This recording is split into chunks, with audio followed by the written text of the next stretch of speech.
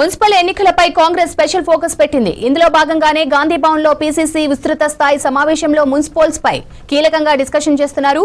Meeting కు PCC chief Mahesh Kumar, CM Revanth Reddy, AICC in charge Meenakshi, AICC కార్యదర్శులు attend అయ్యారు. గ్రామ పంచాయతీ ఎన్నికల్లో అత్యధిక స్థానాలు గెలిచినట్టే మున్సిపాలిటీల్లోనూ ఎక్కువ స్థానాలు గెలవాలని ప్లాన్ చేస్తున్నారు కాంగ్రెస్ నేతలు. ఈ మధ్య అసెంబ్లీ సీఎం ఛాంబర్లో పీసీసీ చీఫ్, మంత్రులు కీలక భేటీ నిర్వహించారు. కాంగ్రెస్ అభ్యర్థులు గెలుపొందేలా కార్యాచరణ సిద్ధం చేయాలని సీఎం ఆదేశించారు. పీసీసీ విస్తృత స్థాయి సమావేశంలోనూ మున్సిపాలిటీ ఎన్నికలపై దిశానిర్దేశం చేస్తున్నారు ముఖ్య నేతలు.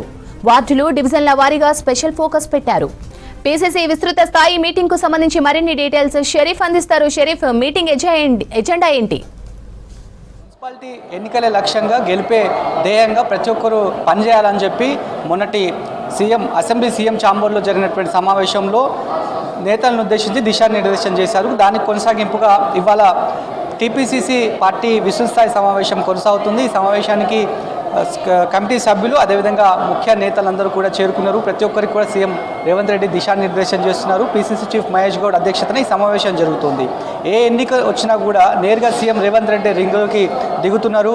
దఫల వారీగా సమావేశాలు ఏర్పాటు చేస్తున్నారు. ఎక్కడ ఎలాంటి సమస్యలు ఉన్నాయి, క్యాడర్ ఎక్కడ మిస్యూజ్ అవుతోంది అనేటువంటి అంశాలపైన పిన్ టు పిన్ మానిటరింగ్ చేస్తూ ఎండ్ ఆఫ్ ద డే విక్టరీని సొంతం చేసుకుంటున్నారు. దాంట్లో భాగంగానే మొన్నటి జూబ్లీహిల్స్ బై ఎలక్షన్ నవీన్ యాదవ్ గెలుపు కావచ్చు, ఆ తర్వాత పంచాయతీ ఎన్నికల్లో స్వయంగా రేవంత్ రెడ్డి మాట్లాడారు. ఆయా ఇన్ఛార్జ్ మంత్రులను అపాయింట్ చేసి వాళ్ళతో ఎప్పటికప్పుడు మాట్లాడి పూర్తి స్థాయిలో గ్రాఫ్ని తీసుకున్నటువంటి సిచ్యువేషన్. ఎట్లయితే పంచాయతీ ఎలక్షన్స్లో కాంగ్రెస్ అభ్యర్థులు బలపరిచినటువంటి అభ్యర్థులు గెలుపొందారు, అదే తరహాలోనే మున్సిపాలిటీ ఎన్నికలకు నోటిఫికేషన్ రాబోతుంది. కాబట్టి ఇప్పటి నుంచే కసరత్తును పూర్తి చేస్తున్నారు. ఎక్కడ ఎలాంటి ల్యాప్సెస్ లేకుండా మెజార్టీ స్థానాలే ఇప్పుడు పార్టీ గుర్తుతో జరిగేటువంటి ఎన్నిక కావడంతో అత్యంత ప్రతిష్టాత్మకంగా తీసుకోవాలని చెప్పి రేవంత్ రెడ్డి పీసీసీకి దిశానిర్దేశం చేశారు. ఇక అభ్యర్థుల ఎంపిక పైన కూడా ఒకంత స్పెషల్ ఫోకస్ పెట్టారనే చెప్పాలి.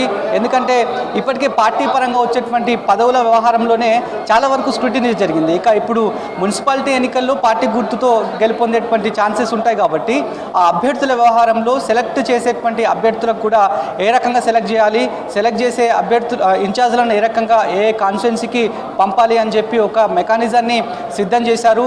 మంత్రులకు అదనంగా బాధ్యత ఇచ్చేటువంటి అవకాశం కనిపిస్తోంది.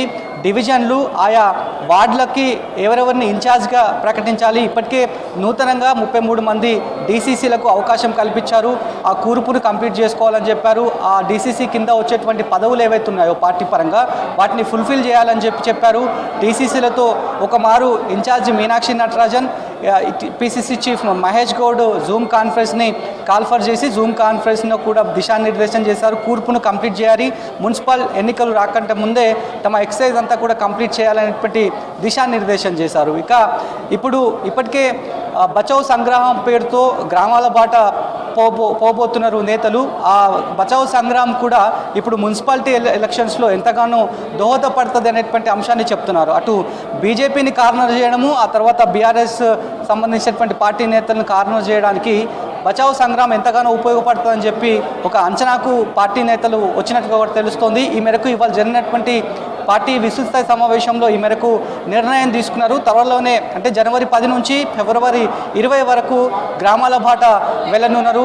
సీఎం రేవంత్ రెడ్డి సభ కూడా ఉండబోతోంది. ఆయా ప్రదేశాల్లో సభలు కూడా పెట్టబోతున్నారు, బహిరంగ సభలు పెట్టబోతున్నారు. కాబట్టి ఈ బచావ్ సంగ్రామంతో పాటు బహిరంగ సభలు ఏవైతే సీఎం రేవంత్ రెడ్డి పెట్టదలుచుకుంటున్నారో ఆ సభలు కనుక పెడితే కనుక ఎంతగానో బూస్టప్ వచ్చేట్లాగా ఉండబోతోంది. పార్టీకి ఎంతగానో బూస్టప్ వస్తుంది, క్యాడర్కి కూడా ఎంతగానో నూతన ఉత్తేజం వస్తుంది అనేటువంటి ఒక అంచనాకు వచ్చినటువంటి పరిస్థితి ఉంది.